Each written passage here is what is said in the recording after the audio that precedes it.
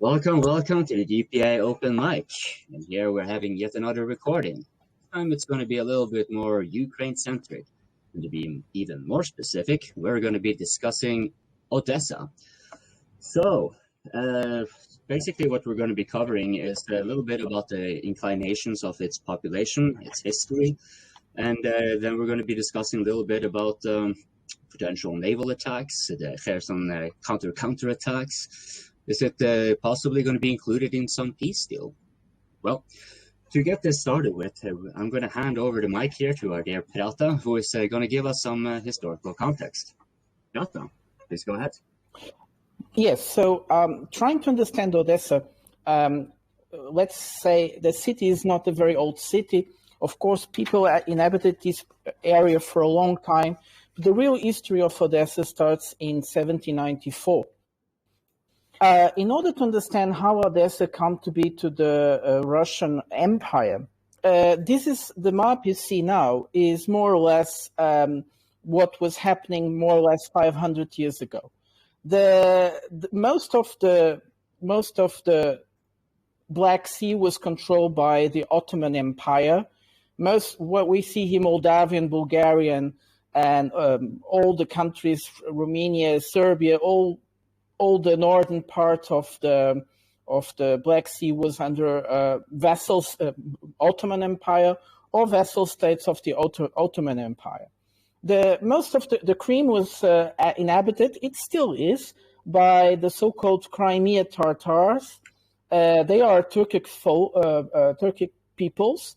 The northern part was inhabited by Nogai and some other similar Turkic peoples, Muslims as well, and they live in a kind of symbiosis with the Ottoman Empire. This, especially the Nogai, was specialized for a long time in slave trade. Christians, Christian village would be raised, and people would be then trade in the North African territory or Middle East, so to say. Everything started more or less in 1598 when to 1613 when there was a so-called times of troubles, and the Polish Commonwealth tried to intervene. Their intention was obviously to expand their influence to the east, to the Moscow principalities, or what was then already called the Tsarim of Russia. And in doing it, that was a very complicated times for the Russian in the Russian history. And when finally they found a kind of a new Tsar, what happened was that the Polish were kicked out, but they kept Smolensk. Smolensk is a very important city for Russia even today. And this city, and they tried to conquest it all the time. In doing that, there were continuous wars against Poland or the Poland Commonwealth. And at the same time, as inside of the Polish Commonwealth, there was a lot of religious intolerance, especially against Orthodox peoples. In this formation was created some groups of people called the Cossacks.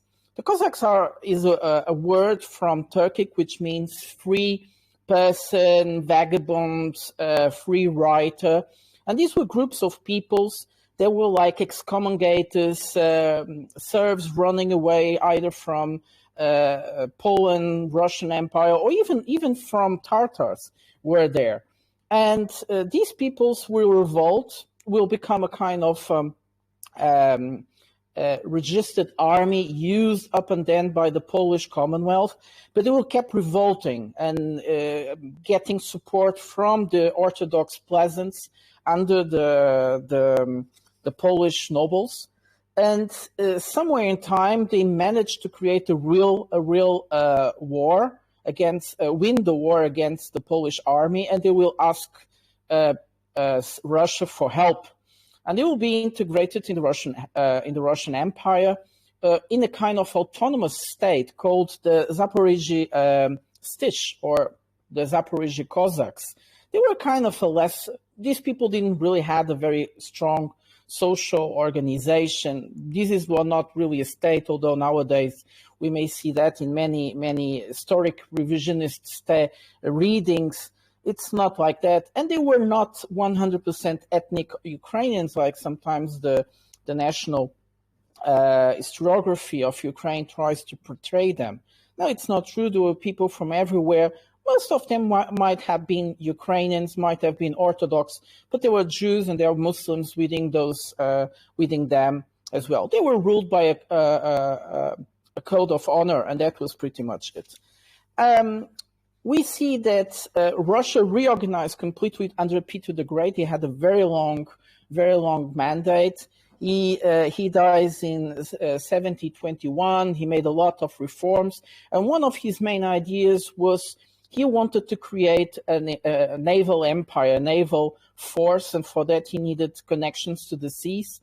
So he conquested St. Petersburg, founded the sea, or conquested the area where St. Petersburg is today in the Baltic, and wanted to have as well access to the warm sea. So the warm seas would be the Black Sea and the Caspian Sea, and most of his reign will be having that in mind. But he didn't advance much. He was very near, but he never advanced much into the Black Sea. That will be done by one of her followers, Catherine II. She starts her reign in 1762, and she will come back to all the main ideas from Peter the Great. So in 1768, she starts a war, or actually the Turks or the Ottomans started the war officially, but they were provoked, obviously. And there was the so-called first big Turkish wars, where they conquested almost everything from 1768 to 1774. They conquested a lot of territory. They actually almost went inside of Crimea. They went into what is today almost half of Romania. And in doing that, they were able to force the Turks to sign a peace deal. This is a very important peace deal. It's called the Kashatut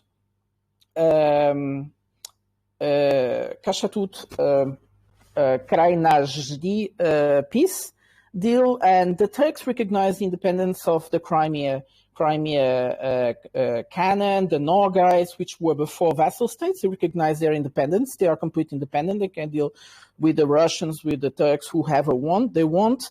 They also recognize rights of passage through the Bosphorus for the Russian ships to have the same commercial rights as the French and the British in the Turkish Sea.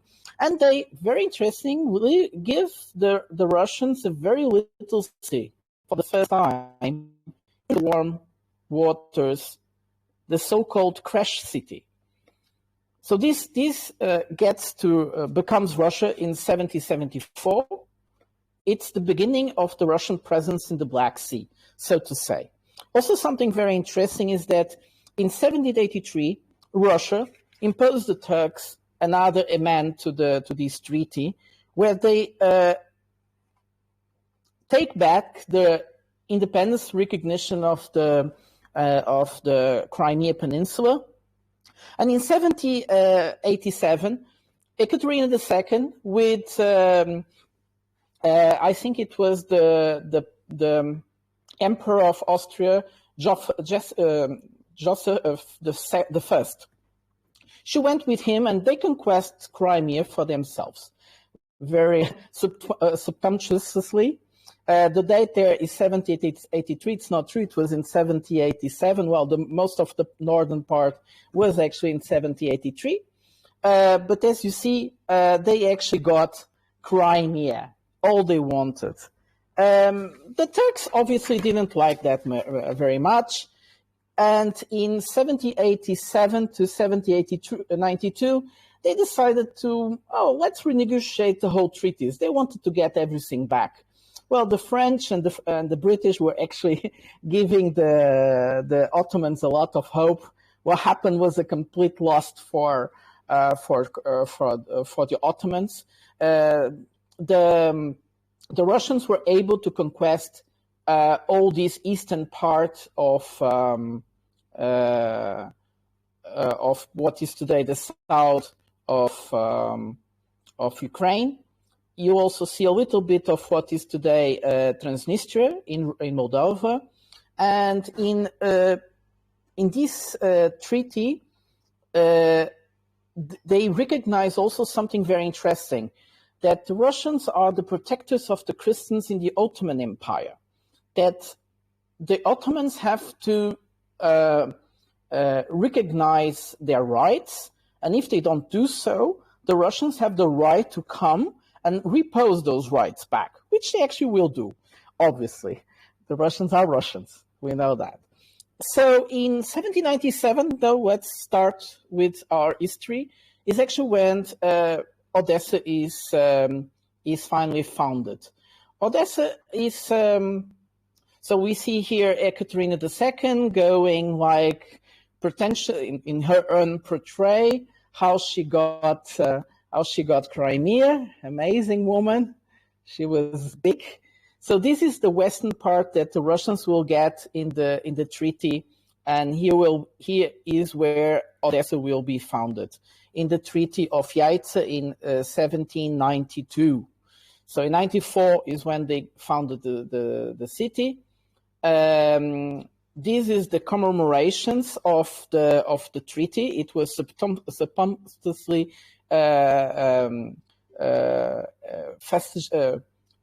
they made big parties.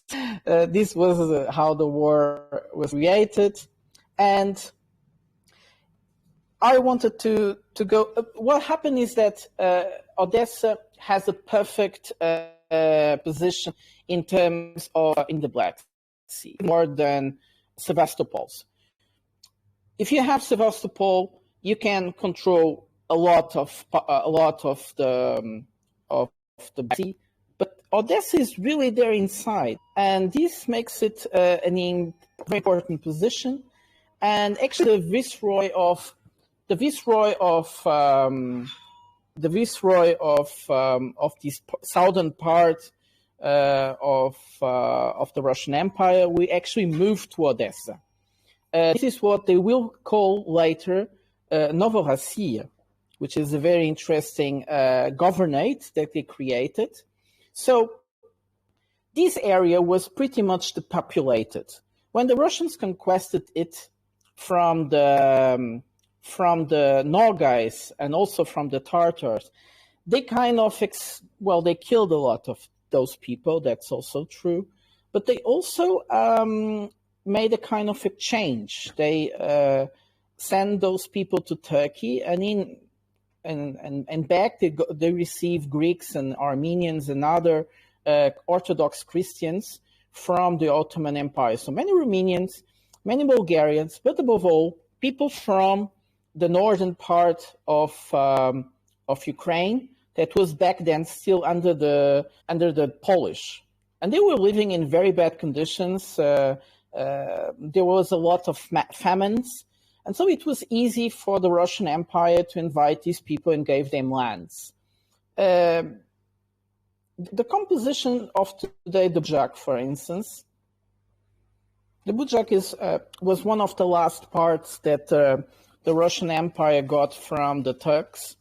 And they showed pretty much the extreme ethnic composition of these. So we have a lot of Ukrainians, a lot of Russians, Bulgarians, Moldovans, Gagauzes. And here will be Odessa, and this is this part. You probably recognize the city of Izmir, which has been being bombarded very heavily in the last days. So what happened to Odessa? Odessa became a beautiful city that was supposed to be the capital of the South.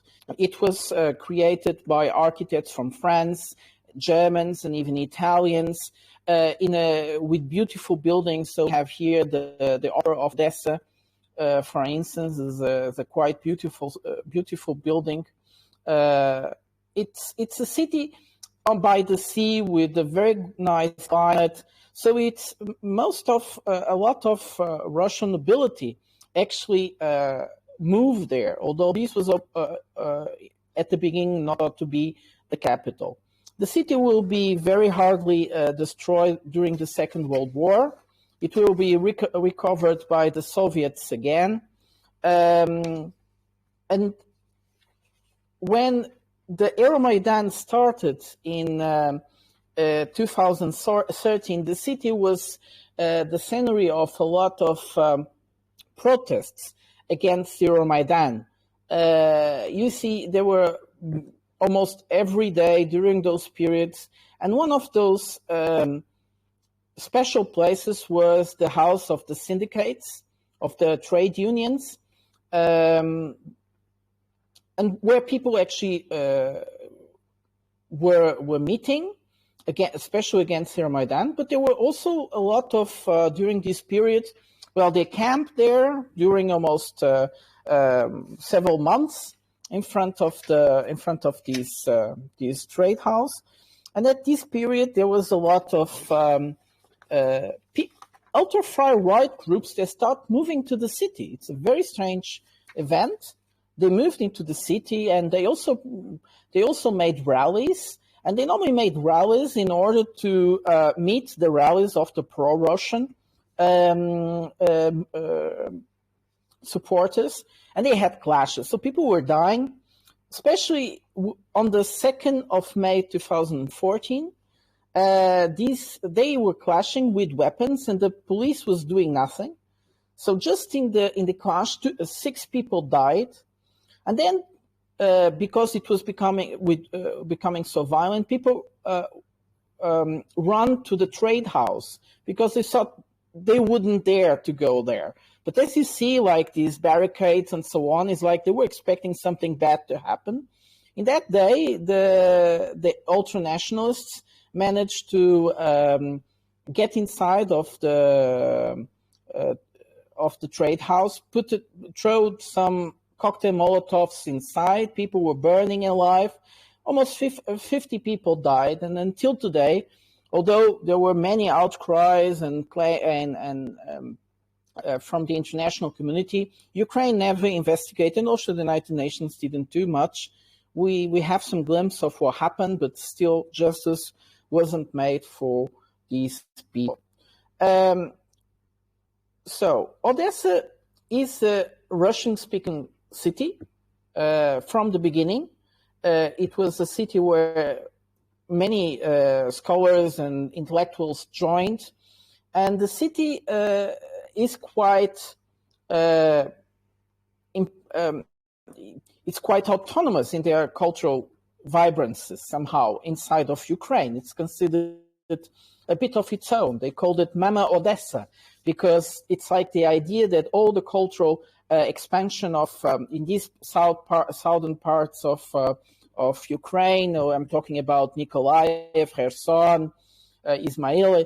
These cities always looked at Odessa for their cultural experience, and not Kiev. So this is very important. The also interesting thing is that it's true that the village are mostly Ukrainian speakers. There might be 56%, 50% of Ukrainian village around Odessa. They had around 53%, 56% inside of the city said they had Russian as their mother language, but studies actually show that 93% spoke Russian at home, even if they were saying that their mother language sometimes were Ukrainian. So that is pretty much it about Odessa. If you guys have questions, I hope I didn't take more than 5 minutes this time. Your 5 minutes are only titulary. It's nothing to take too literally. Thank you very much, Prata, for the yet again outstanding outlining of the situation. I kind of do have a question, which because this pertains into our next part of the topic. You did kind of allude to this, that 93% in certain polls had they were speaking Russian, right? They weren't speaking Ukrainian, which doesn't really come to. Yeah, it doesn't really come too much of a surprise because most of us, maybe most of the people in the audience may be aware that Ukrainian is only something that's spoken in the western part of Ukraine and far west at that. But there has been since the question kind of pertains to like, is Odessa pro Kiev or pro Russian? And one can clearly see an example of both here. No, you see that we have those who were clearly on the side of the Kiev government, willing to exact violence, which they did, upon those who were against it or pro Russian, if you like. So I think my question, if I have one, is do we have any statistics of how many people were deemed refugees in Odessa, and in what direction did they go? Well, if I may, the information we have is, you see, people went to Russia if they were near to Russia. It's not so easy to go to Russia from Odessa. So people from Odessa tended to go inside of Moldova in the first days. This information I know. I think that the city, it's not, there is not enough studies because both parts are a bit afraid of the results. I would say that Odessa is pro-Odessa. It's a very autonomous cultural center. They don't really see them as Russian or as Ukrainians because they are the result of a big cultural mix between many cultures, and they are aware of it. You don't see that much around Odessa, but the Budjak that still belongs to the Oblast of Odessa actually shows that still nowadays very, very clearly. That is many peoples from many ethnic origins living together, and they live in a quite in a quiet way, in a very very easygoing way. No conflict exists between them, and so this is so creates this Mama Odessa. It's also a bit like easygoing, a very sudden flair, typical for Odessans. That would be my point. Yeah, I think Prata brings up a good point, right? Because, like, actually, I'm learning that new German word for that region, but I think in English we call it Bessarabia. And the thing is, like, Odessa is practically the heart of that region. And even from the ethnic maps that we've seen, it changes like exactly how like the composition is, right? You got lots of Bulgarians, you got a lot of Turkic people.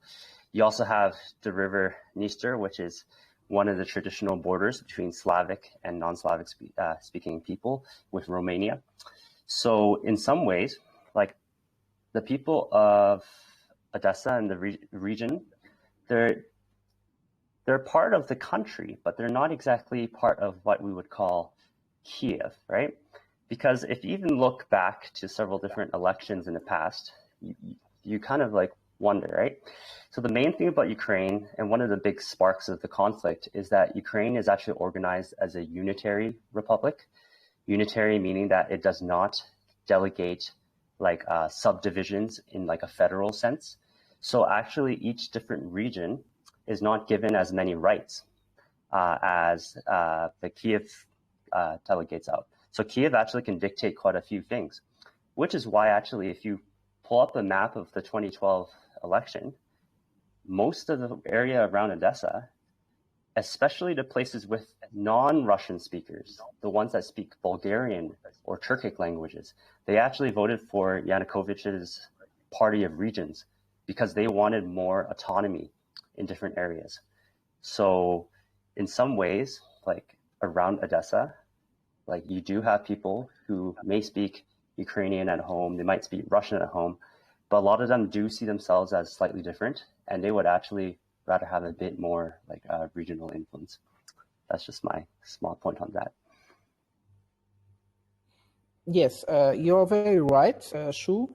So Odessa, as I said, becomes the main center of this governorate that existed for a long, from the beginning almost, the Novorossiya.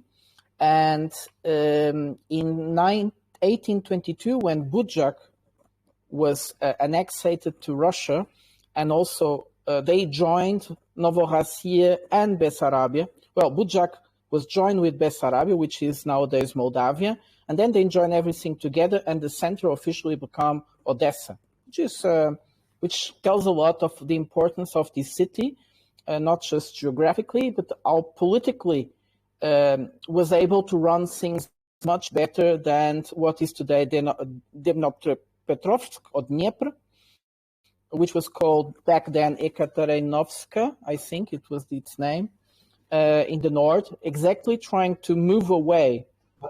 I wanted to bring up, I wanted to kind of talk about why we are talking about the ethnicities.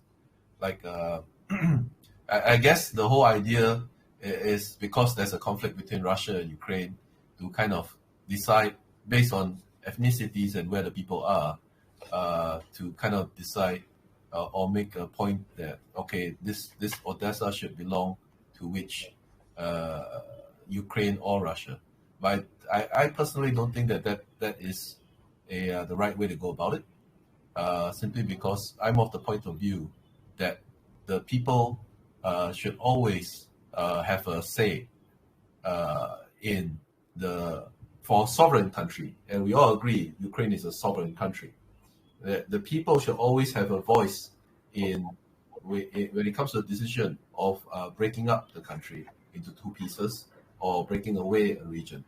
But when we say people, I mean, who has the right to think of your own country, like like Portugal, for example, is that you don't live in all the towns in Portugal. You live in, like Prata, you live in one place in Portugal. But you have a right, because you're a sovereign citizen of Portugal, you have a right to travel to all of Portugal. That is your right. The people living in a town at one corner of Portugal do not have the right to vote, to decide to together just leave Portugal, because then they're trampling on your rights as a sovereign citizen, even though you don't live in that area. So everybody in Ukraine, which is a sovereign country, has a right to Odessa, the piece of land. They cannot simply decide, because they are whatever reason, they cannot simply decide, okay, we as Odessa decide to leave. That has led to many wars in the past. I mean, that's literally what happened to the United States, and that's what caused the Civil War.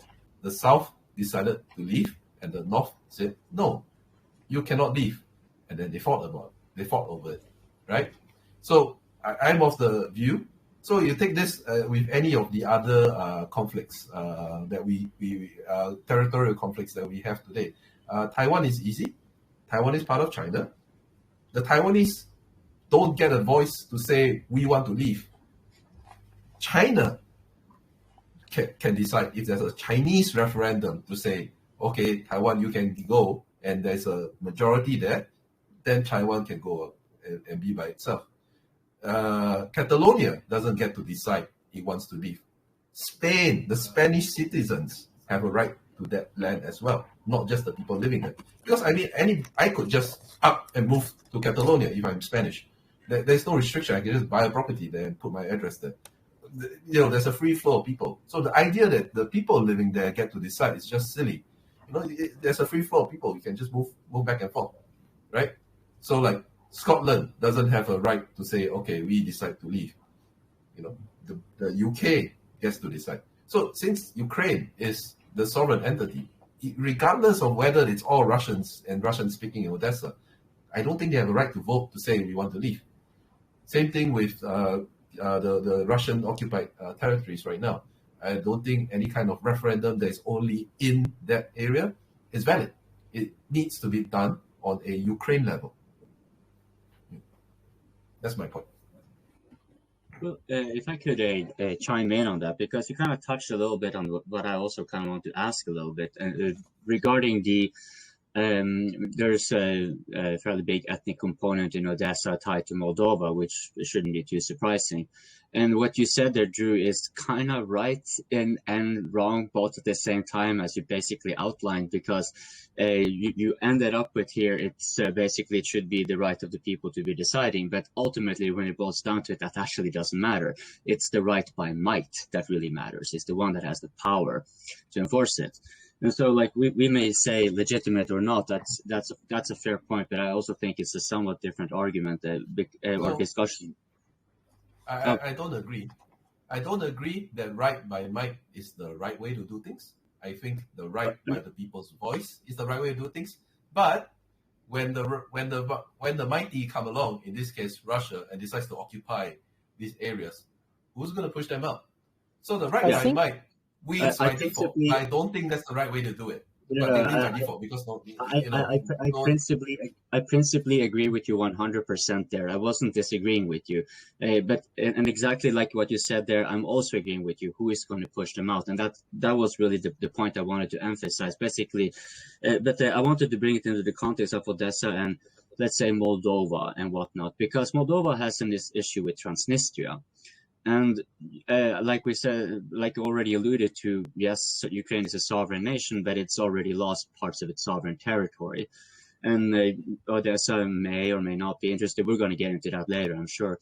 But the Russians have been operating with autonomous republics and stuff like that. Eventually turned into annexation. But they don't have to aim for full annexation. It's generally like a last resort, really, politically speaking.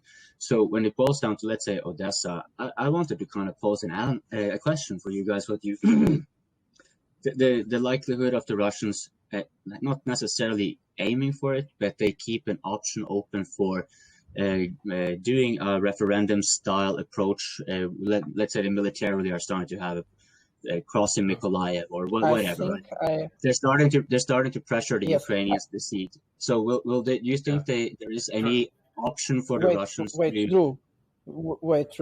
I think I might bring some light to this discussion, and I think Drew also agree with me. So there is a big contradiction on the independence of Ukraine from the beginning. There were two movements. One was a more autonomous, more decentralized Ukraine, and the other one, followed by the nationalists, was always never to give autonomy to the regions, because they understood the country was very fragmented, and they were really afraid of it. Actually, has been a compromise already since from the time of Stalin, the Ukrainization of the South, in order to give some kind of compromise to the ultranationalists. Nevertheless, Russia from the beginning is always pointing to the same thing, to create a federal state in Ukraine. Why? The moment you have territories, Drew, by international law, they have the right to decide. The only single autonomous territory inside of Ukraine was the Autonomous Republic of Crimea. That's why I know you don't see that much said about it in the news, but Crimea actually had the right from the beginning to make autonomous decisions, including deciding to move away from Ukraine, at least in the first status. Then the Parliament of Ukraine abolished those first status, but in the so-called Treaty of Integration of Crimea, the Republic of Crimea in Ukraine, there was this decision. So the thing is that the point of the Russians is to create territories. And from those territories, they are almost immediately have the international right of self-determination.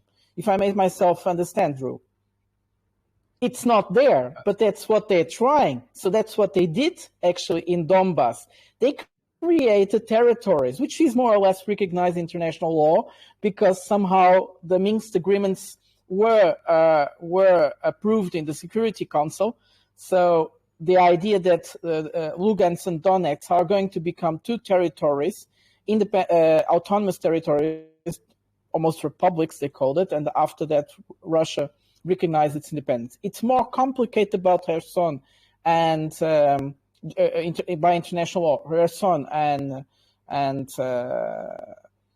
Zaporizhzhia, but that's another story for the peace deal after the war. Go on, Drew. I'm not sure that is correct, because I don't think Crimea it was an autonomous region, but it did not have in its constitution the right to succeed. For example, Texas, which is a part of the at the beginning, state, at the beginning it had the beginning. So it Texas, had in the beginning, and then today, it was nullified. Yeah. So today, Texas has the right to succeed. So Texans can actually get together and vote. So it's in the constitution. It's actually allowed. That was put in place. So I don't know why it was nullified, but today it's not available. I mean, let me give you an extreme example of what I'm talking about. If you want to talk about a concentration of ethnicity anywhere in the world, can just decide my little town or area is suddenly not is tied to this other country or needs to be independent because we decide to do so. I mean, literally almost every country in the world has a Chinatown. It's full of Chinese. Imagine if one day China decides all the Chinatowns are China now, and all the Chinese get to vote in the Chinatown.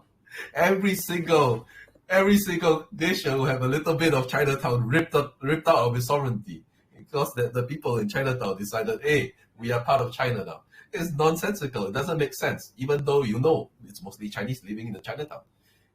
So it's this idea of ethnicity. No. Sorry, Drew. The question is not about ethnicity. It's about an existing territory that is recognized as a territory with more or less autonomous. It immediately has some rights by international law. It's not illegal. Well, the International Court of Justice, already ruled about it. It's not illegal for a part of the country to secede. It's not illegal. And it is even more interesting is in seceding a part, which is the boundaries they are going to accept. Actually, the administrative boundaries of that state, which is very strange. For if you look at Lugansk or Donetsk, by the time Russia, 24th of February 2022, they were just a half of the administrative existence, administrative oblasts. But it's very interesting. Actually, by international law, they have the right to claim if Ukraine was to accept their independence somewhere in time, and they have the right to secede. It doesn't mean that the other countries have the obligation to recognize it. This is something very different. Yes? Yeah, so Abkhazia, okay. South Ossetia, they are not recognized, but they have the right to secede. They were, at the moment they seceded, administrative recognized areas within the states they were in. So that was just my point. You are right in everything you say, but that's why I was saying the Russians make such a claim that Ukraine has to become a federation or create administrative regions, autonomous administrative regions, much more than what oblast means at the moment. Yeah, but first, I like to push back on this, the whole basis of your argument, which is that the ICJ has actually made a ruling. There's no such thing as international law. As long as somebody signs on to it, then it applies to them. Even when it applies to them, they can decide not to follow the orders. There is literally no such thing as international law. So any kind of we decide, international law decided this part of this country is not illegal for them to vote to secede. They will change their minds later on when it suits them. That's why all this, this kind of word games and legalese, it to me, it doesn't matter. At the end of the day, citizens have a right to their land in a sovereign country. Ukraine is a sovereign country. We can discuss whether creation of Ukraine was a mistake in the first place, because Ukraine is an artificial country kind of hammered together, after I think World War II, because basically they wanted a buffer between the East and the West. And so they're right now they're suffering for the mistakes they made in the past. But when they have already decided that it's a sovereign state, you can't just then rip bits of it apart because of referendums. Is what I'm saying. Let me remind you, gentlemen, that this segment just was about the inclination of the population in what direction. Right. So this is why to counter you a little bit, Drew. Actually, Prata, I think he was, it's not in an absolute term. He was right, but it does give an indication of what kind of political leanings the population would have, and that is what the segment is about, after all. So, yeah, Shu, sorry for cutting you off. Yeah, no problem. Yeah, I think, it's all very good discussion. But then when you actually look at things, right, the main thing is just like Coping said, what's the political leaning of the people, right? And most people vote in politics, not to change the color of their flag or to change what exactly the structure of the government. Most people actually just care about a few things, right? Number one, first and foremost, is economics, right? Can they bring bread home? Can they eat? Will they not starve, right? Another thing that's very important is, of course, security, right? And then other things also like stability, things that just make daily life easy, right? If you actually look at even before the Maidan Revolution, most people, they wanted to do something either with trade ties with Russia or with the EU, but it was never really about succeeding, breaking up the country, ripping it apart. Right? So then you always have to kind of look at these conflicts and you start to wonder, especially conflicts between great powers and in buffer state areas. Is there an injection of external ideas in order to cause a new national consciousness or a crowd consciousness, right? Of course. Yeah. So in classic crowd psychology, right? With I think the French philosopher Taine, there's always a contagion, right?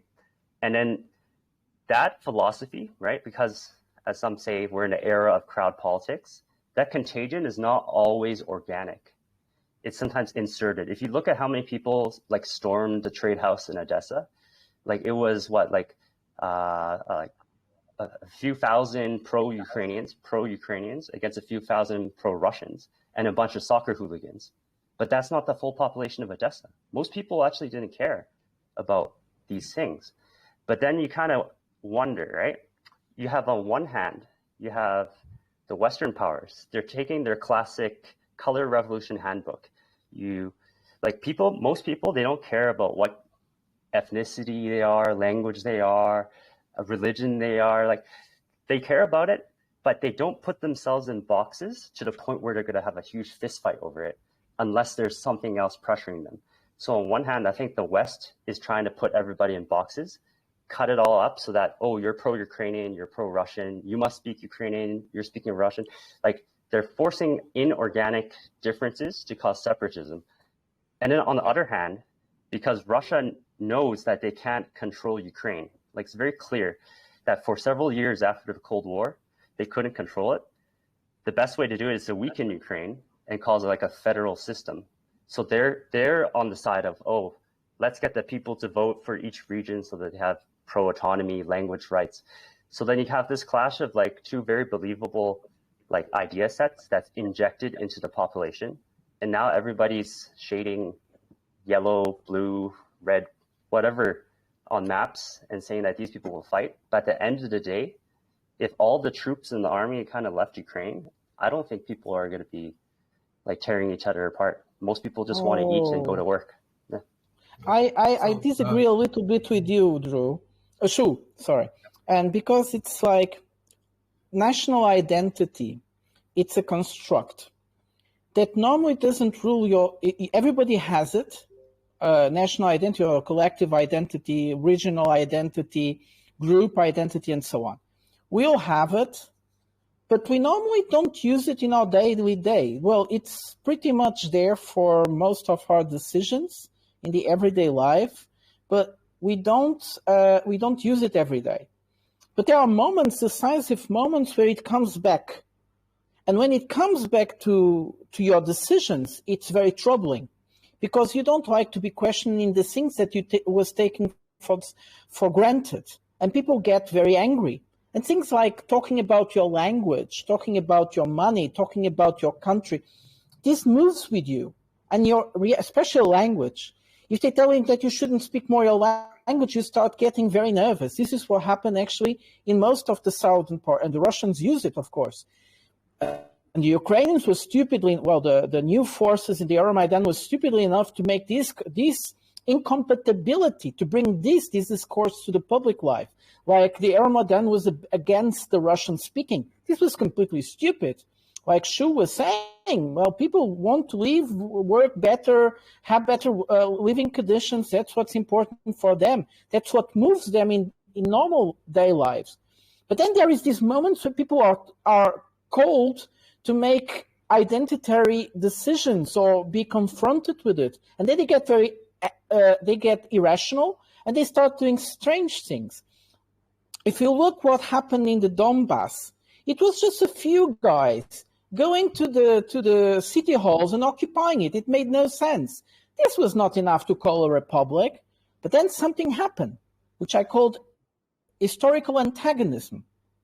The Ukrainians sent not their police, they sent their army against these people. They bombarded Slavyansk. They went with tanks to Donetsk and bombarded the city. And this becoming historical antagonism.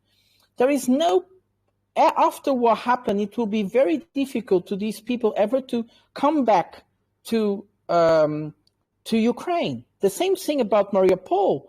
Well, I won't go too much into Mariupol because it's still we still don't know most of the facts. They are mostly just rumors.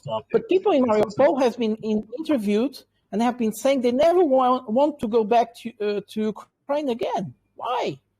Now it's more than just what Shu was saying. If the troops go away, they will survive together and be nice to each other. I don't think it's possible. Yeah, I think we're going a bit off topic here.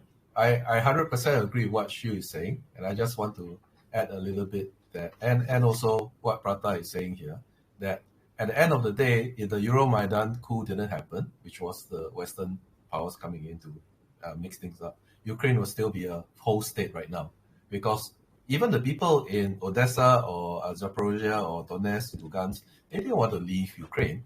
They were quite happy to be in Ukraine, but they wanted like a proper political process, and that was taken away from them, which is why we have the situation we have today. But to bring it back to Odessa, my whole point in bringing all of this up is to say that discussing ethnicities or whoever is in Odessa living there at the moment doesn't matter to the outcome of where Odessa will end up in. Will it be in Ukraine? Will it be in Russia? Doesn't matter. The people in this case don't get to decide. We'll never have a chance to have a countrywide referendum for all the Ukrainians living there and abroad on the status of Odessa. So this whole idea of talking about if we want to talk about where Odessa will be at the end of this war, at the end of this conflict, we can safely ignore the ethnicity part and what the people think part.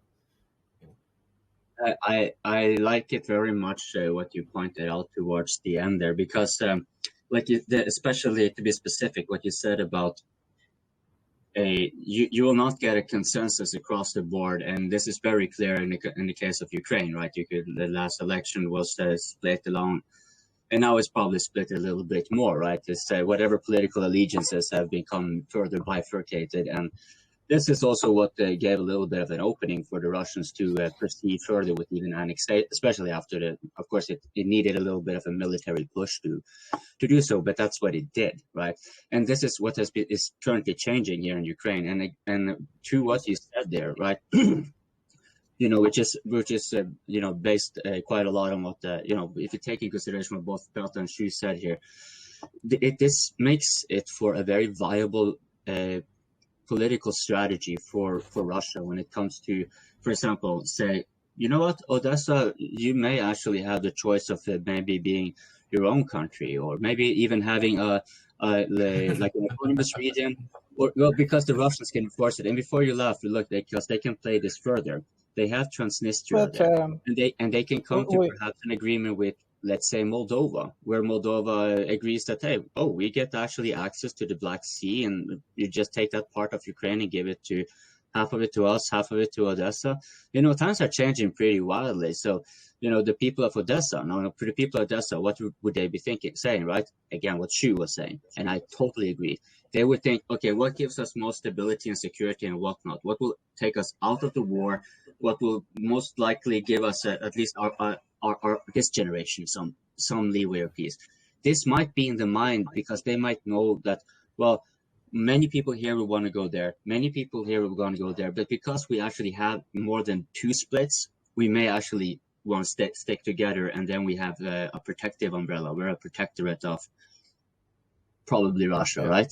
So I disagree.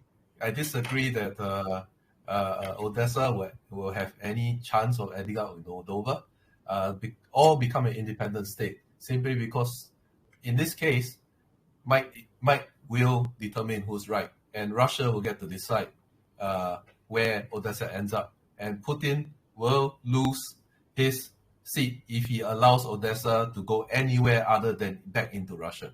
The politicals, he's not that secure in his seat that he can decide to give away a historic piece of Russian land to some other state that have nothing to do with any of this.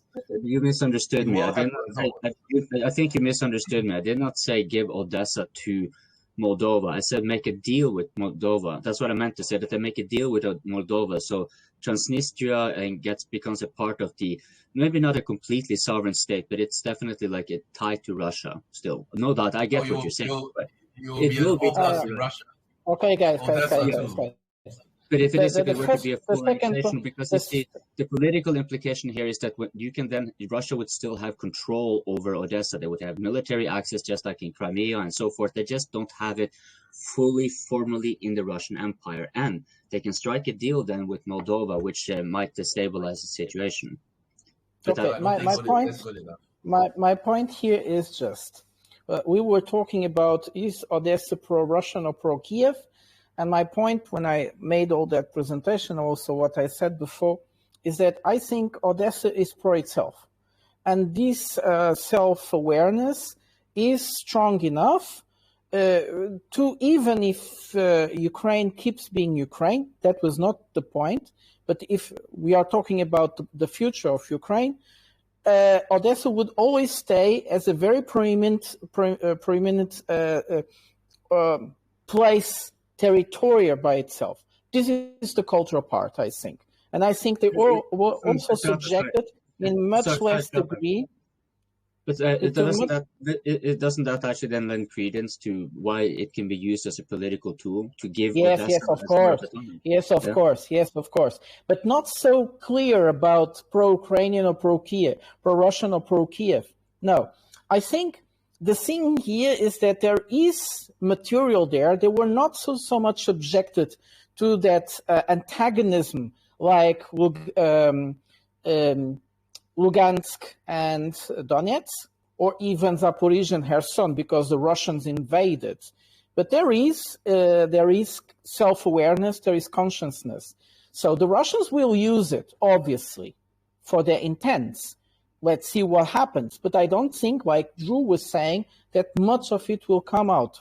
So the question is, now to the third part, what might the Russians do? So the question is, are they going to make, because Drew said something very interesting. It is difficult to imagine that Putin will just let Odessa go without anything. He even said, if I listened to you, Drew, you said something like, he will lose his seat if he gives away Odessa to someone else, if I misunderstood. So the question is, will the Russians be content with what they already have? And I'm very, very, very much inclined to say yes. I think a naval invasion of Odessa, it's not doable, not with the forces that Russia has. It's a very complicated area. So second,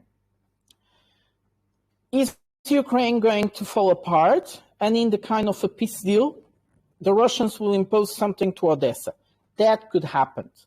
And they would have more or less prepared material there to build something. will they be successful in bringing a kind of referendum? I think that won't happen. But they could impose a kind of autonomous regions to Ukraine in a kind of a peace deal. I believe that. This is my point, Drew. Sorry for disagreeing. Would be too traumatizing for the Russians because they would be received with rejection.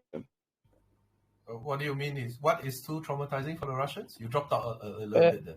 Occupying Odessa, well, having Odessa in their hands, could become traumatizing because most for sure they would receive rejection. Rejection from who? From the population, the local population. Like you said, 90% of them speak Russian. Yes, but that just helps communication. That just helps understanding. Yes, but not much more than that. It's sort of like you have to remember, like when British and Americans speak English, but they don't want to be in the same country or to be the same country. That's fine. But you got to remember, like no matter how many referendums and things you do, like even in the oblasts that the Russians took over, like Kherson, like the rates of acceptance were quite high because when there is a military occupying force, like people can't resist, right? So like I agree with Drew. Like I don't think they're going to make an independent state in Odessa because no. If you take off your, but even autonomous, if you take off your like political people hat for a moment and think grand geopolitical strategy, if you leave that area, then you leave like this major foothold. If you can claim Bessarabia and Odessa as part and integrated within both the military and the strategic part, you actually control almost all the Black Sea. You threaten Constanza, you threaten most of the NATO outports, you actually get closer to the Danube. I don't think the Russians would ever actually, like, if they're going to take it, they're going to take it in a very controlled way. Like it just makes sense. And also like you secure Transnistria as well. Because if Russia loses this war, Transnistria is finished. It's the next thing to be attacked right away. Yes. And you get Moldova as well. You get Moldova very easily. No. The same thing. Okay. Yeah, the Russians will never make a move on Moldova unless Moldova attacks them first. It's another sovereign country. Right now, a lot of the world is just staying neutral or quietly backing Russia because they can see that the whole Ukraine problem was actually very much instigated by the West. But if Russia makes a move on any other territory other than what's in Ukraine, they're going to lose all of their support overnight. There's no reason for them to go anywhere near. They don't need to do anything in Transnistria. I just want to point this out what Drew just said here, because this is finally become admitted by our former Prime Minister of Norway, current General Secretary of NATO, Jens Stoltenberg, who basically just said it outright. Oh, Russia invaded Ukraine to prevent the expansion of NATO. Like almost 2 years later, and a lot of people died. Cool. Yeah, but what I wanted to say about the discussion was I agree with Prata actually that invasion by sea to get Odessa is a no-go. It's just silly. So what can happen to Odessa, I think, is either there's a peace deal, and Russia will then say, okay, Moldova, Mykolaiv, that's ours now. And so then we have a land bridge to Transnistria all the way, and then they built this nice big thing, and then everything west of Kiev they don't care about.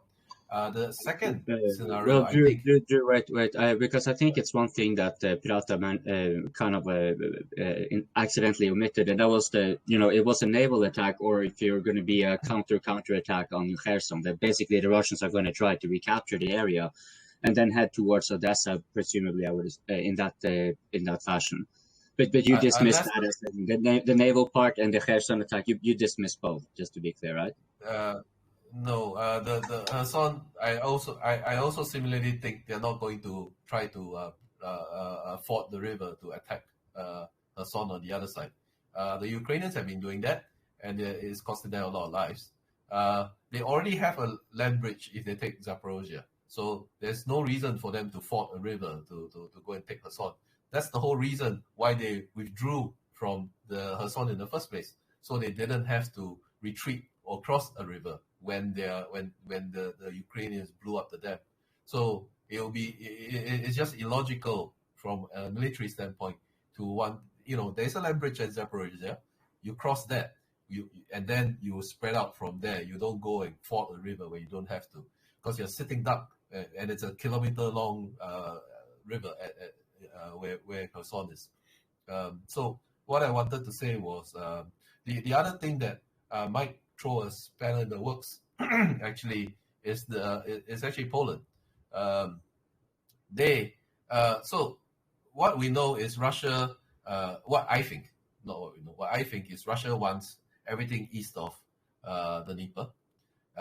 Whether Ukraine will survive as a state is to me is whether Poland will actually invade and take out the rest of Ukraine, or you'll just leave it there. Poland has been building up a huge military force. At first, a few months ago, I thought, okay, this is it. Poland's going to march into Western Ukraine and take it before Russia can take it.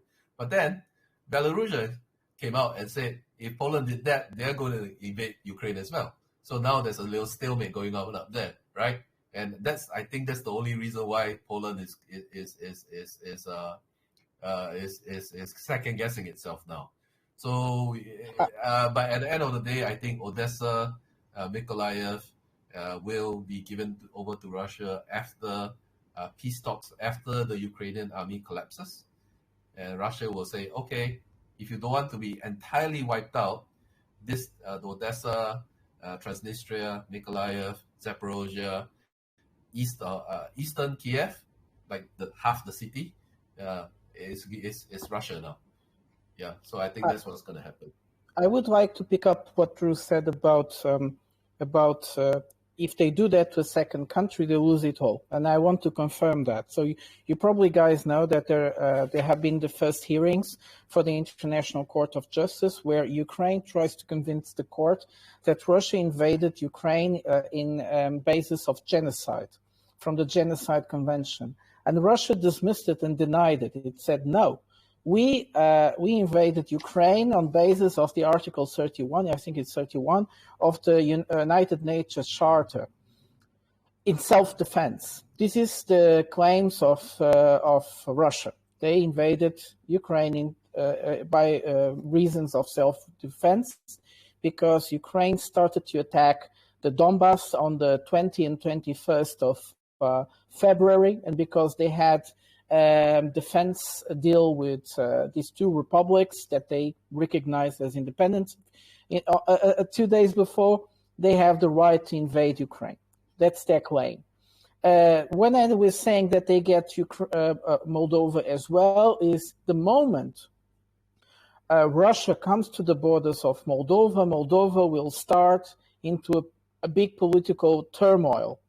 So Moldova is also a very complex ethnic and political country. There are two main areas, which is actually the Tranistria, as we know, and the other one, which is more or less recognized politically, is the autonomous oblast of the Gagauz, or autonomous region of Gagauzia, which also in their contract for becoming part of Moldova, after Moldova or before Moldova declared independence, they also stated if Moldova joins Romania, they will want to have their independence. So this is Gagauzia, and the Bulgarians in around Gagauzia also have been saying they want to join Bulgaria, want to join Gagauzia because they want to have more cultural rights. Who knows? But we are talking about regions that are extremely poor and, well, nevertheless, the thing is that the turmoil in Moldova, the moment the Russians come to the borders, will be immense. So it's that's what I meant. They get Moldova. They get Moldova because Moldova will be. That was my point. Will be incomplete. That's what the European Union is so afraid of. Would be completely manipulable by the Russians the moment they arrive to their borders. It was just in that moment. It's not in that meaning. It's not that they will conquest Moldova. That was the point. And yeah, and that's it. I think what Drew was suggesting, and I also was suggesting, is within a peace deal, the Russians will probably, because it makes sense, will probably ask all the rest of Nikolaev, Odessa, the Budjak, not the whole oblast of Odessa, not the whole oblast of Nikolaev, but the seacoast with the big rivers, which they call the limans, more or less, because they are very big entrance of sea inside. And the problem is, like you all guys would understand, is that NATO will never allow that. And I see you guys agree with me. So if Russia wants to have these... I don't agree NATO? with you. No? Yeah, I think they will, because they don't care about Ukraine. They didn't care about Korea. They didn't care about Vietnam. They don't care about Ukraine. Vietnam was Russia, China versus the US. Korea was Russia, China versus the US. Ukraine is Russia versus the US. Not that we don't really know if China is involved. If they are, they're not telling. But so Ukraine, Korea, Vietnam, exact same thing. It's just proxy wars of the US trying to destabilize Russia and China. And the reason why I say is that because there are no proxy wars in Mexico or Panama or Canada. If it was trying to destabilize the other way around, like a proactive Russia and China trying to destabilize the US, would be the other way around. All the destabilized countries are happening around Russia and China. So they didn't care about Korea. They didn't care about Vietnam. They're not going to care about Ukraine.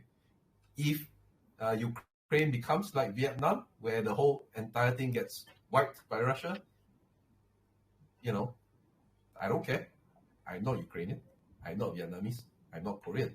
I don't care. They as long as it costs them politically enough, they will let it go. I actually agree with that too. If you actually look at how the U.S. reacts in places like Syria, right? Like very little, like barely any American blood. There were some Americans here and there, was spilt, and then that already destabilized one of Russia's allies, right? But the thing is, can they actually have a peace deal, or is this actually going to roll into a Syria model where the country is split into kind of like three chunks? One, which I think might actually parallel a future Poland invasion of the border, just like how Turkey went into Syria to secure part of it, and then different fragmented sections that kind of just like cut up the whole country. And by just having it all cut up, having it destabilized, and having Russia maintain its presence in there, is that a win enough for NATO? At this point, a salvageable win, so that they can just keep this open ulcer, that Russia needs to care about. Because I actually think it might be in NATO's interest not to have the peace deal at all, and to keep it nebulous so that the Russians are kept on guard, the Ukrainians keep sacrificing themselves. It might actually just be more effective. Yeah, I actually disagree that the NATO right now, they want a freeze.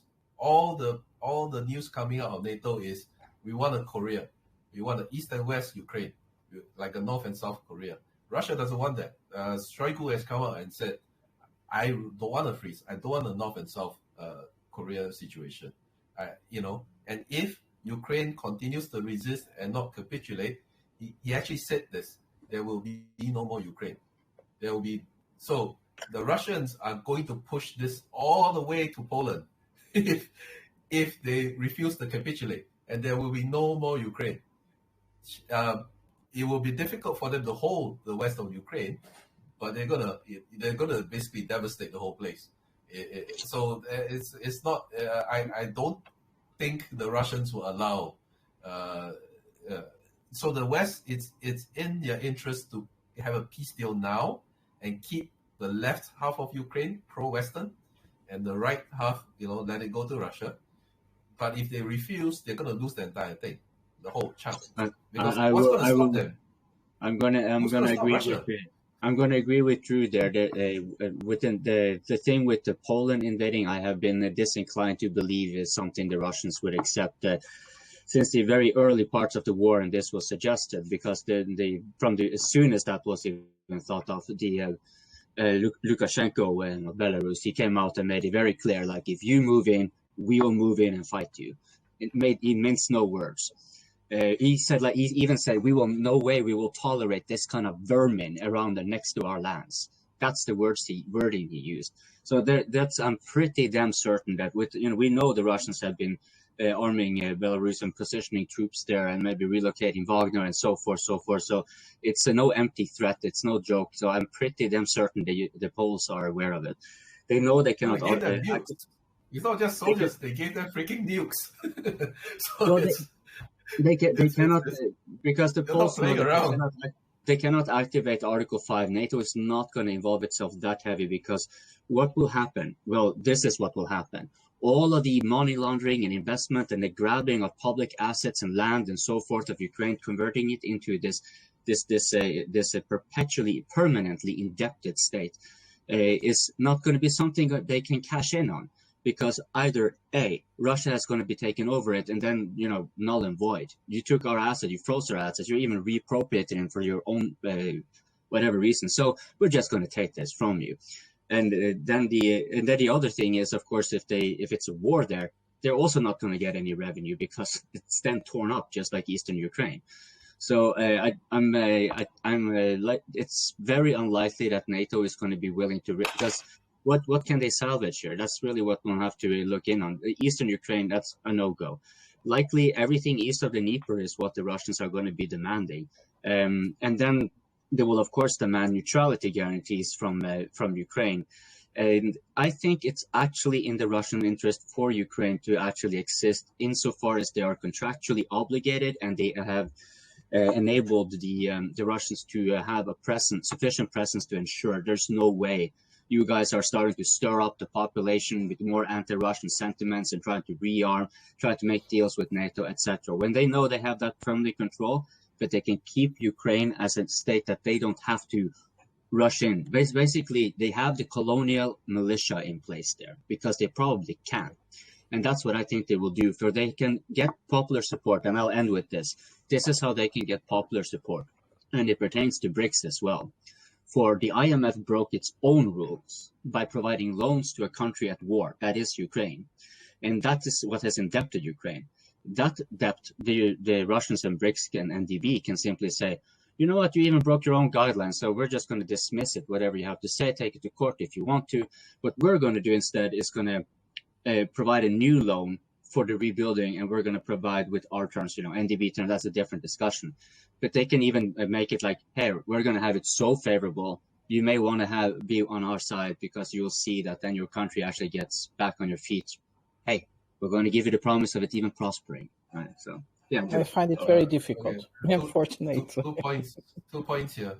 The first one is Russia is past allowing Ukraine to be neutral because based on a piece of paper, saying they will be neutral is equal to saying that's why I emphasize that they have institutional mechanisms in place where they have essentially physical presence without boots on the ground, a colonial militia they can boots on the ground. They will have to monitor the thing and say, this Ukraine is really neutral and we are in control of the border points and things like that. Yeah. The second point is annexation immediately brings a bigger problem because occupation is extremely expensive. Even the Americans struggle with that, as we have seen. So that's why I'm thinking they can use it because you've seen the Russians, they have approaches just like that, iteratively. They start with autonomy. Here you have some more rights, and then eventually it gets into, well, welcome to Mother Russia. Yeah. But anyway, the second point I wanted to bring up. Actually push back on was this idea that Russia will be liable for any of the loans. It's nonsense. Ukraine is the state that took the loans. If Ukraine ceases to be a state, the loans you cannot go and get it from a third party. Yes. Which is exactly why the Ukrainian the Ukrainians may be actually more supportive of being, allowed to be a state. We promise not to be a part of NATO. We will allow you to monitor us. And because you're also going to aid us in our reconstruction by wiping out the debt that we have accrued on the war against you, and maybe instead be given more favorable terms, maybe even subsidies. Well, the question about the question. Wait, let me finish. Coping cut me off, and then he didn't let me finish. Okay, so this idea that Ukraine will be allowed to transfer its debt to Russia is nonsense. As long as Ukraine stays as a state. I never said that. That's not what I just told you now and interrupted you with. That was what I said. I just reiterated to make sure you didn't misunderstand me. That's why I said it. Okay.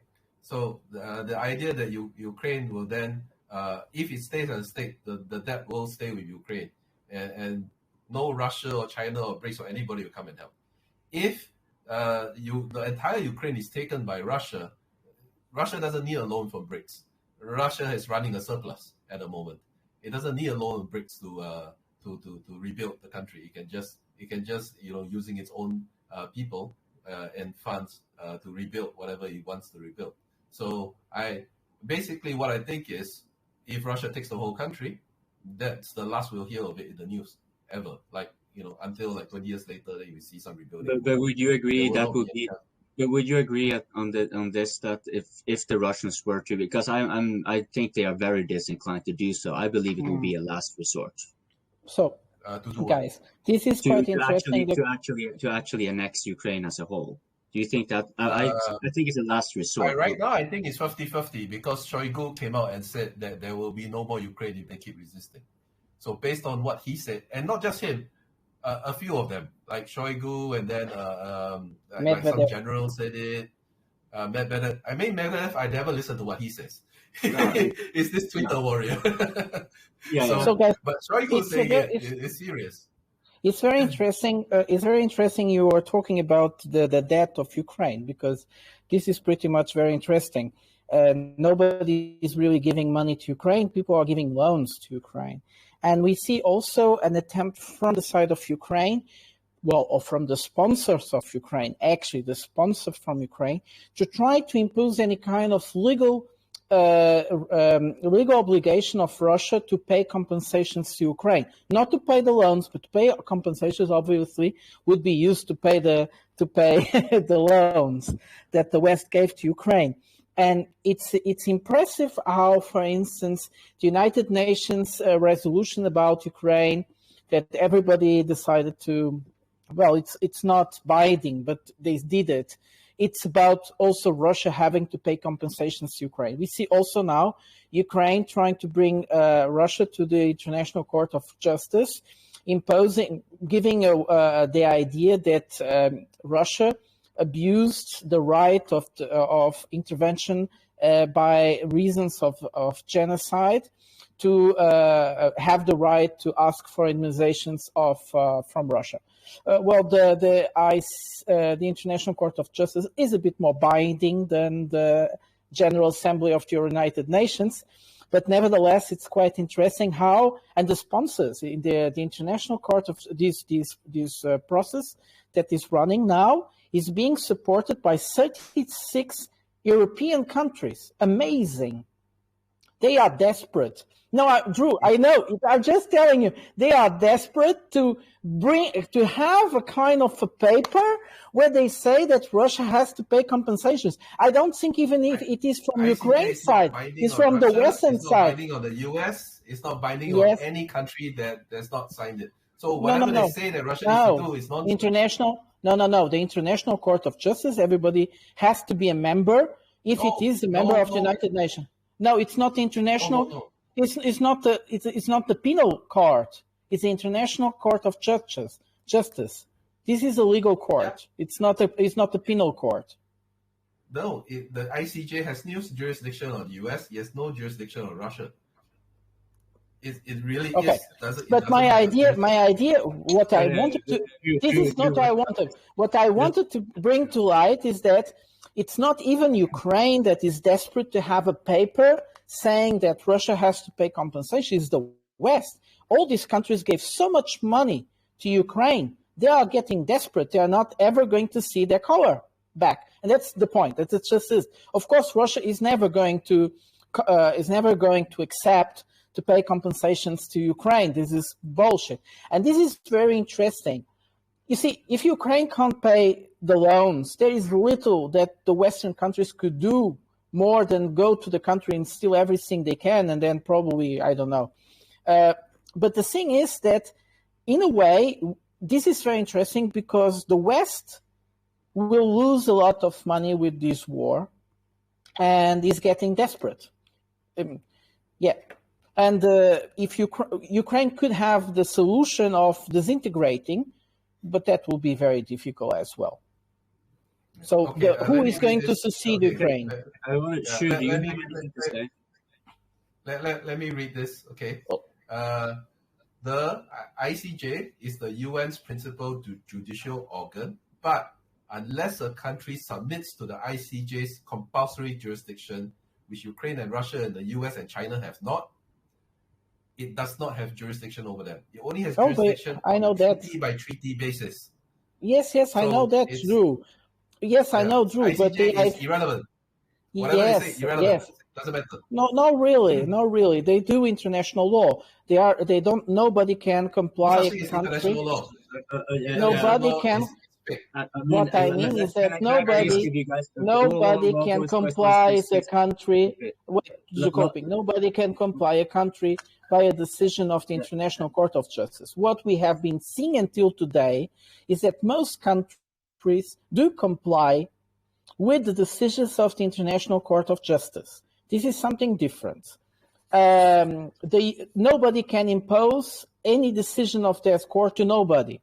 So this is also important to notice. If I may boil this down very simply, international law, like every legalese thing, is instructive. And if it is enforcing, then it is what Prata said, also penal. It's compulsory, like Drew would also say.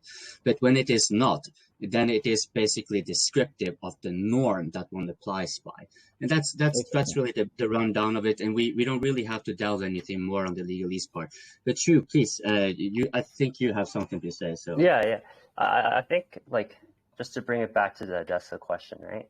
If we go case by case, right? Like, I know, like, in one camp, the West might want Ukraine to negotiate separating it in half, right?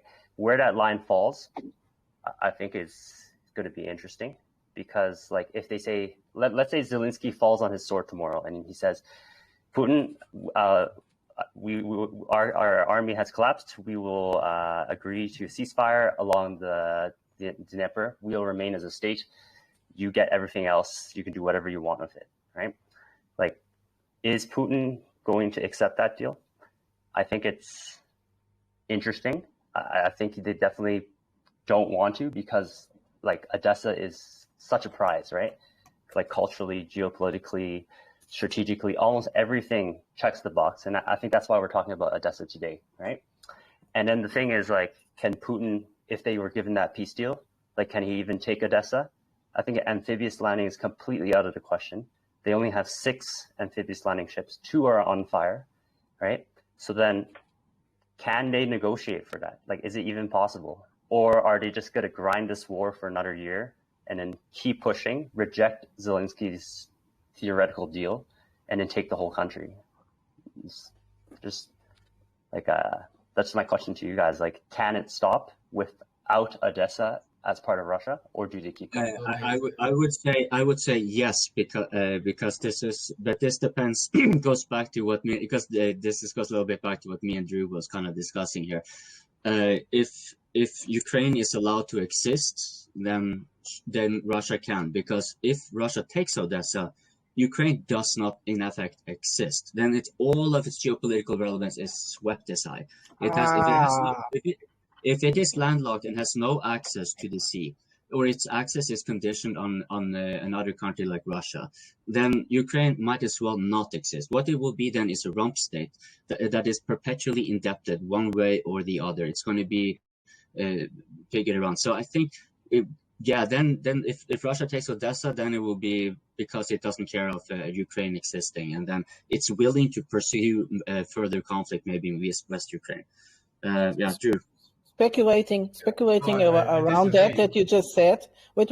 Speculating about what you just said, Coping and Drew, then it would make sense why Russia still didn't take Odessa. That means that the Ukrainians still have a deal to make. If they took Odessa, like Coping was recognizing, Ukraine is nothing. There is nothing to make a deal with. Sorry, guys. Go on, Drew. No, I disagree, because I don't think that this talk about if Russia takes Odessa, then Ukraine becomes a useless rump state. I don't think that's true. How many states in the world do you know that don't have access to the sea and are functioning perfectly fine? I think this is either a Russian or a Western narrative that that to say that we shouldn't give Odessa to Russia, but I don't think that's true at all. I think Ukraine will be fine without. It will have to find a different way to exist. It has still a lot of farmland. It still has a lot of mineral resource, even though a lot of it is in the occupied territories right now. So the way I see it, she is somewhere in between what you said. Russia's army is in the process of squishing Ukraine's army. Once Ukraine doesn't collapses Afghanistan style or Vietnam, I don't think it will come to a Vietnam style where the Russian, Chinese, and Vietnamese combined army basically marched all the way into Saigon.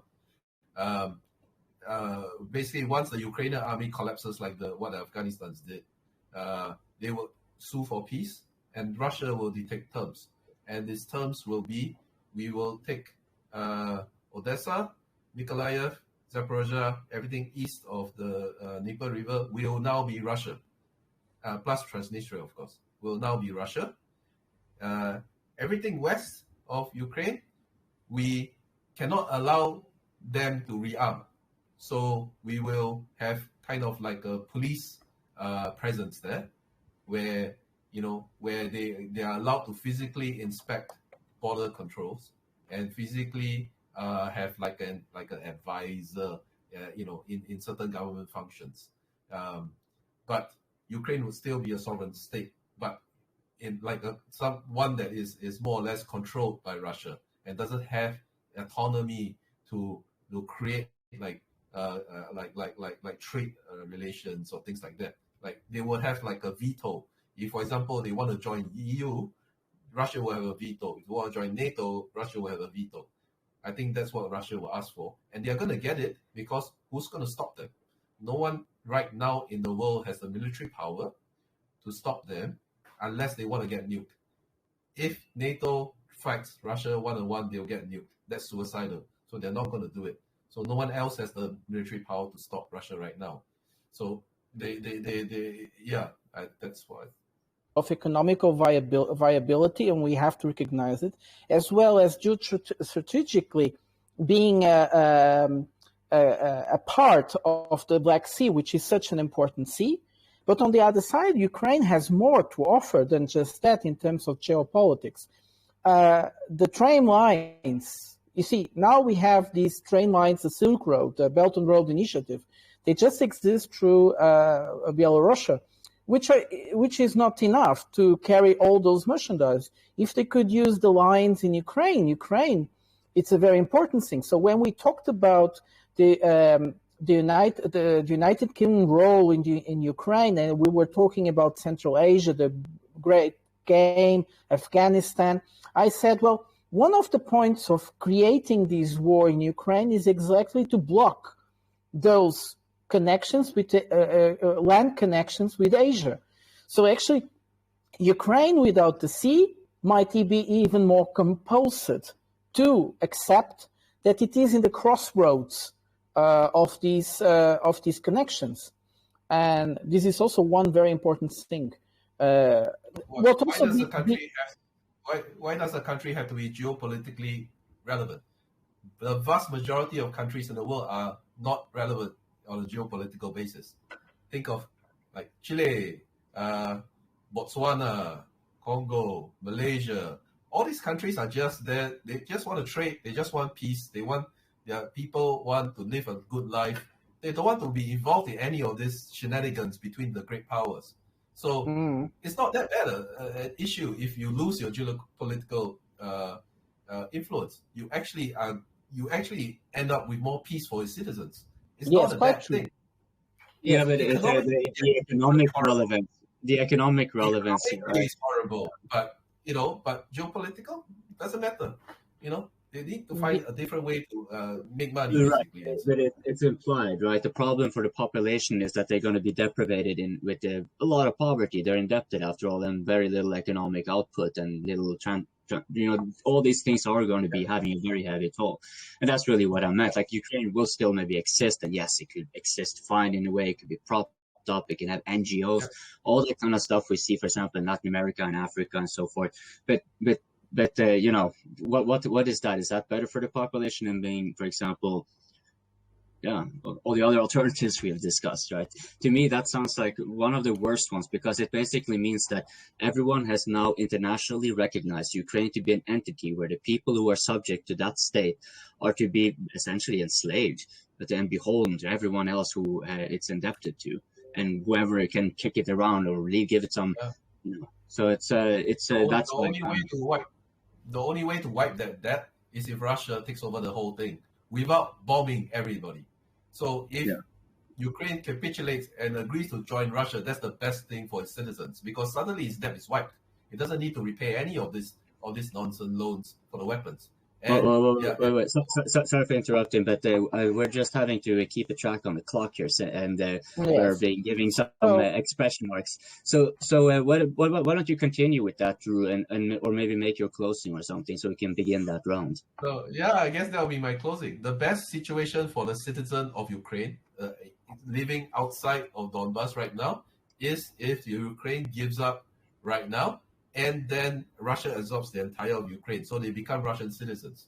Ukraine becomes a Russia oblast, because all its debts will be wiped, and now they will be able to start brand new, and they will have their economic links, which the Ukraine can be made whole again as an oblast under Russia. So they will have all the mining rights, and all their ports and economic rights, and they can negotiate with the federation as an oblast to say, okay, if we ship X percent of coal which you mine for Ukraine to Russia, and to how much percent of that will be spent in Ukraine to improve the lives of people there. And so that is something as a state or an oblast within Russia they can do as a negotiation with the federal government. Right now, the worst case is they keep fighting, and then they get bombed and shelled, and the shelling just keeps moving along. After they take Kiev, they keep going out, they all the way to leave, because they will destroy everything. All the men will be dead, and there is no more Ukraine. So the best for the citizens right now is actually just give up and join Russia. Even though I disagree that Mike is right, is the morally right thing, but for the citizens, it's the right thing to do, pragmatically.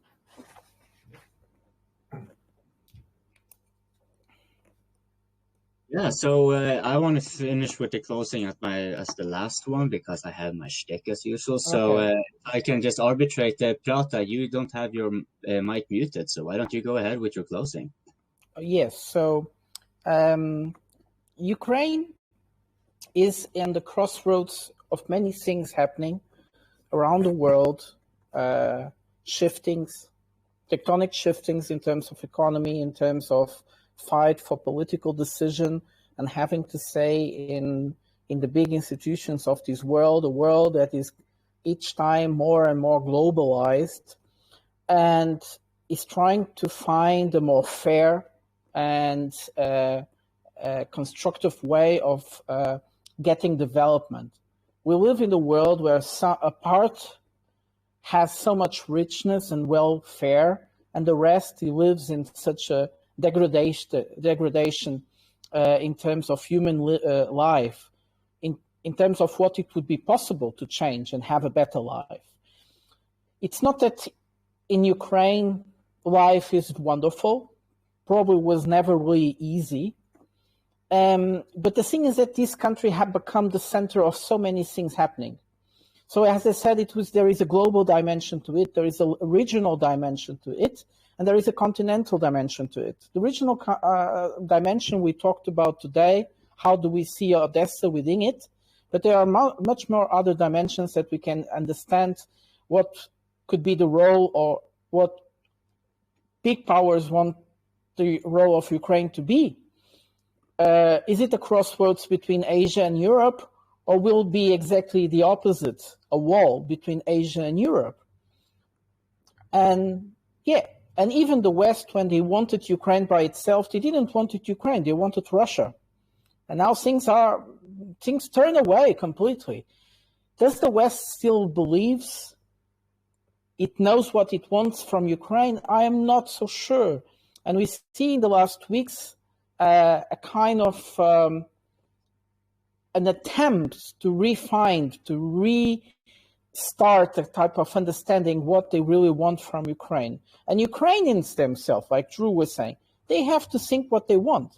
Unfortunately, most of the national big decisions in a country are not made by rationality. They are made in the heat of the moment. And yes, Drew, it would be better, and hopefully the Ukrainians could do such a decision, that after what had happened, that is more than clear that they lost the war, that they lost their access to the Russian, that if this war stops, there will be nothing in terms, even if they lose, even if they are, especially if they are on the verge of losing Odessa, that they lost the war. And there is the best thing to do would definitely get away of all this game and give it to the Russians and try to find a political solution inside of the Russian Federation, asking for more, because the Russian Federation is how can I explain this? Well, each state has different rules inside of it. There are republics, there are oblasts, there are many things. Chechnya or Tatarstan, they have a lot of political independence.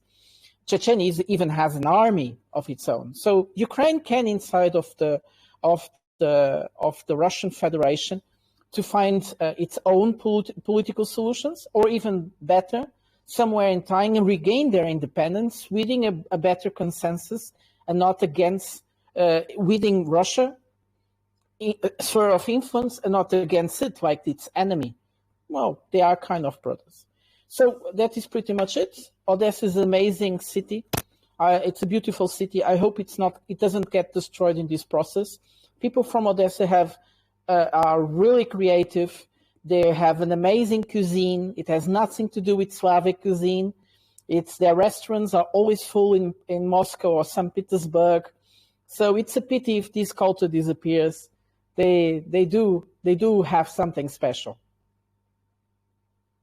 Drew, no, sorry, Shu, it's your turn. All right, yeah. So very good discussion today, guys. I just want to also say that, thank you so much for Shadowi, even though he's showing up sick, for coordinating this, keeping us all together, doing all the screen welcoming in the background. But to kind of bring it back to Ukraine, I do agree with a lot of things that people have said. And when it comes to a nation is more than just land. It has people, and those people are really suffering right now. And in many ways, like Ukraine does have their army, and then from like the Clausewitz model of war, Russia's trying to destroy that. I personally don't think that Russia will actually make a physical move on Odessa. But once they destroy that army, does Ukraine actually have any choice to actually continue on, or is it actually a negotiation situation? So I think in the near future, we'll just keep watching carefully, see the situation on the ground, see how far Ukraine can get stretched, and to see how politically stable they can be from a grassroots level, but also from a top-down level, to see if the president, like Zelensky, can he actually negotiate a peace deal, how that peace deal will look, and whether or not the Russians will accept it, because the Russians do have a very clear end goal. They're going to keep going, and they're going to try their best. But if the Ukrainians' handlers in the West tell them now it's time to negotiate a peace, maybe that actually is the best option for everybody on the ground, so that the sons of Ukraine, sons of Russia, and everybody else that's getting hurt economically from this can finally go home and say, the fighting stops, the death stops, and we can finally start rebuilding. And I think when that day comes, the whole world is actually going to be a lot more happy. So that's my closing. I would like to extend a very heartfelt thank you to all of my fellow panelists who have been here. It's very stimulating to be, it's always, as always, very informative and educational, but it's very stimulating to be having the various different minds be going on the same thing. And, it's something I'm pretty sure it's stimulating for the audience as well. And I simply have to echo what Shu said here and send heartfelt gratitude on behalf of all of us to Shadowi for having not only been screen walking here, but organizing in the background. Typically he is the host, and even though he's unable to speak because of the virus, he is still, he's aiding us with the technical stuff in the background, and he invited us. And so a very special thank you to Shadowi, who is off screen and everything, for having helped us get this together. And I think it's very important to point that out for you in the audience still watching this, that this is pretty much how it works. We're a bunch of different dudes from all over the world who have joined together on the open mic that runs on this channel. It streams on the weekends, usually on Saturdays, sometimes on Sundays.